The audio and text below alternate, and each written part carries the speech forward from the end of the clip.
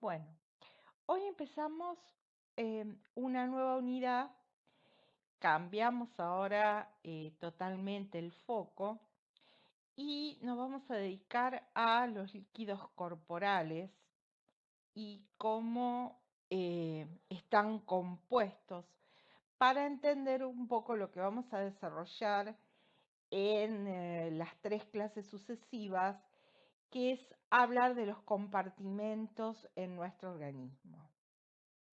Vamos a empezar entonces con algunas definiciones para poder ir entrando en tema. Y lo primero que tenemos que definir es qué es el medio interno.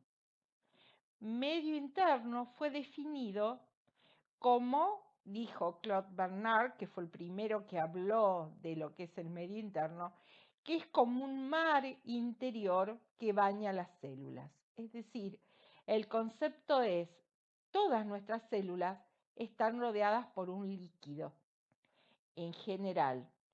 Esos líquidos están dispuestos en compartimentos diferentes. Esos líquidos, entonces, todo lo que rodea la célula es lo que se llama el compartimento extracelular. Y obviamente está compuesto por líquidos, que es lo que se denomina el líquido extracelular. Y acá aparece otro concepto que ustedes ya lo trabajaron en biología y lo seguimos hablando un poco a lo largo de toda la carrera, que es la homeostasis. ¿Qué es la homeostasis? Es la capacidad que tenemos los seres vivos de mantener nuestro medio interno siempre en equilibrio. Todo lo que ocurre en el interior de nuestro organismo lo que tiende es a lograr los equilibrios. Para ello, vamos a estudiar también en clases sucesivas cuáles son esos mecanismos que utilizamos para lograr el equilibrio de nuestro medio interno. Entonces, nosotros sabemos y ya estudiamos que en el interior de la célula, también la célula, tenemos gran cantidad de líquido. Todo lo que nosotros llamamos citoplasma no es nada más ni nada menos que un medio acuoso en el cual flotan determinados organelas y además en ese líquido están disueltos una serie de sustancias. Acá, por ejemplo, yo les puse algunos ejemplos.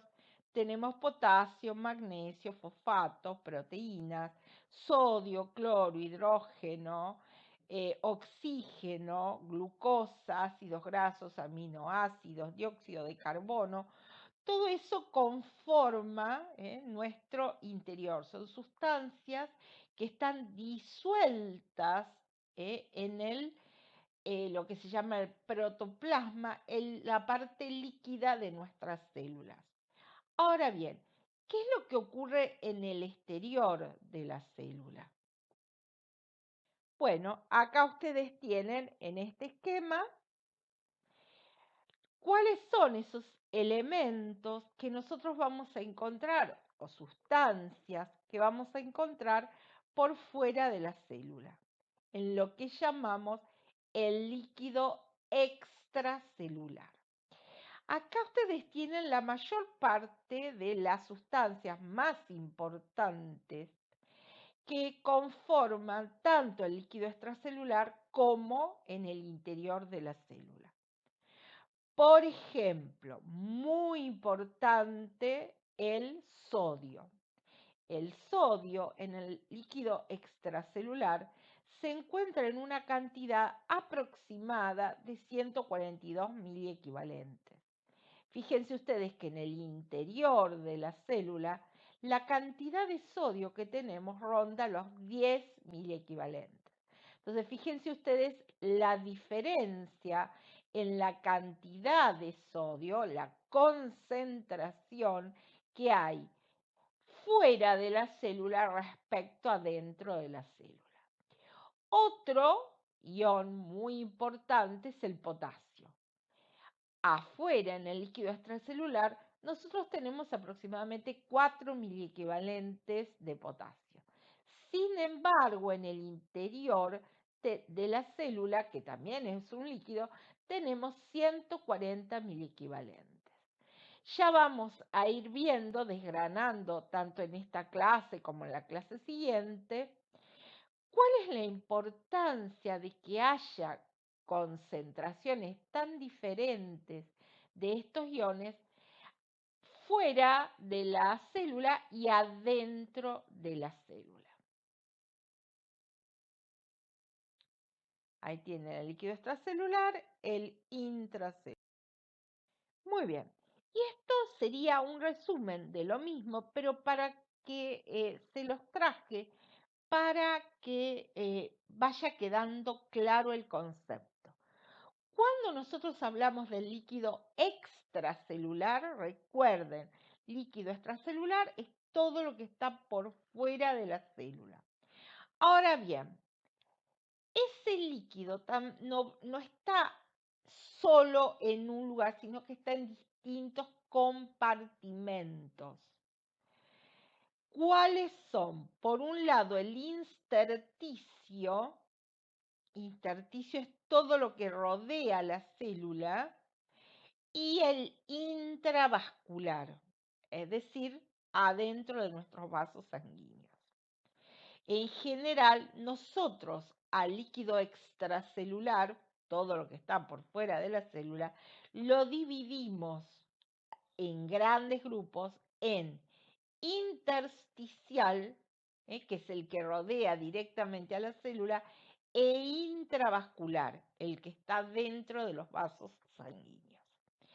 Ahora bien, si ustedes se fijan en este esquema que está muy claro para poder entender lo que es nuestro medio interno, fíjense ustedes las concentraciones de los iones más importantes.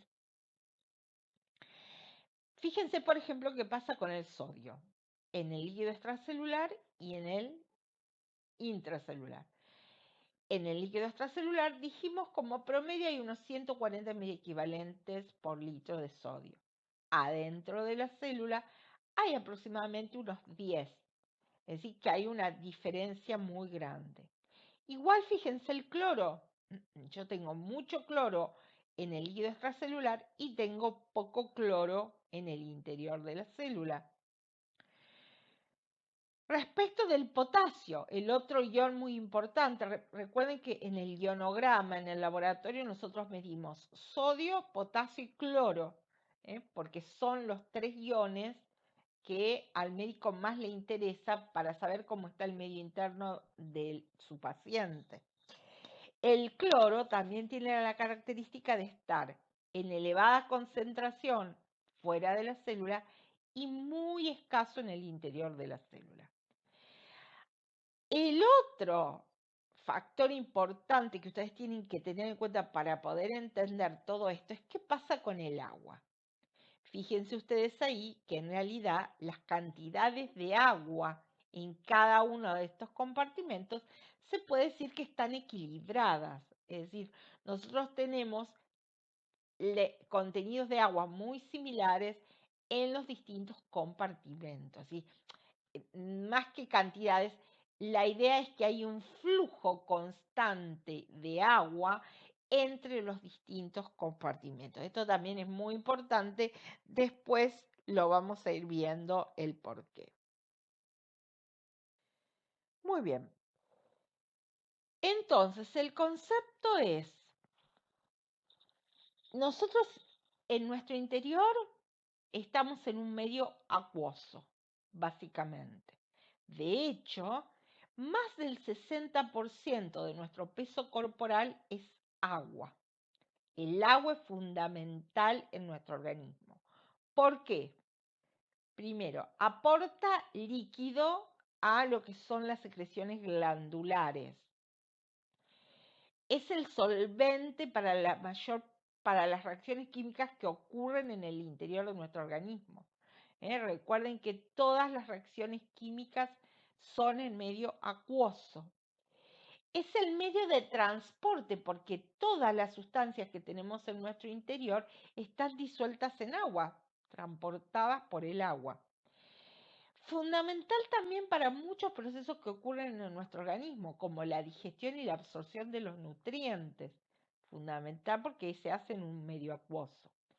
El agua también nos permite controlar nuestra temperatura, mantiene la volemia, es decir, el volumen de líquido que hay en nuestro organismo, regula la presión arterial, mantiene la función renal, mantiene la concentración normal de electrolitos. Es decir, el agua cumple un rol fundamental en el interior de nuestro organismo.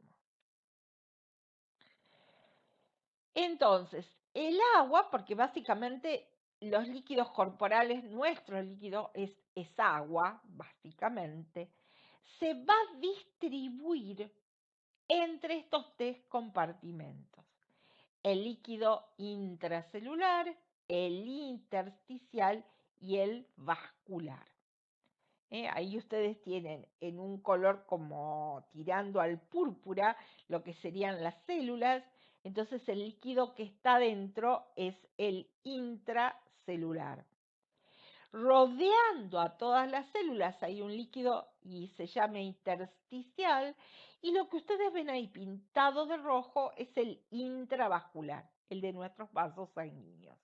También acá aparece un nuevo concepto, que son los líquidos transcelulares. Entonces, para entender, ahí fíjense ustedes, del total de líquido de nuestro organismo, yo les dije aproximadamente un 60% nosotros somos líquido, un 35% está dentro de las células. Es decir, en nuestro organismo la mayor parte del líquido está en el interior de la célula. El intersticio aproximadamente un 17% y el intravascular entre un 4 y un 4,5. Ese pedacito que queda son los transcelulares.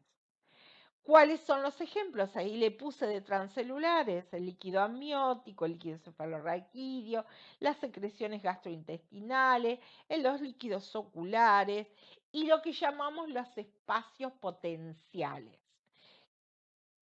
Bueno, se denominan espacios potenciales aquellos que están ubicados entre dos membranas y que en general la función es recubrir a los distintos órganos para de alguna manera hacer una protección para los mismos. Entre las dos capas, entre las dos membranas que conforman estos espacios, en realidad hay un líquido. También entonces está dentro de lo que se llaman los líquidos transcelulares. En estos compartimentos siempre la cantidad de líquido es muy baja, salvo que nosotros hablemos de la patología, que por alguna causa, ya vamos a ver las más frecuentes, comience a acumularse líquido adentro de estos compartimentos. En general, entonces yo hablo de un derrame. Ustedes habrán escuchado hablar alguna vez de un derrame pleural. ¿Cuándo es? Cuando en ese compartimento la cantidad de líquido supera los 100 mililitros. Ahí yo hablo de derrame.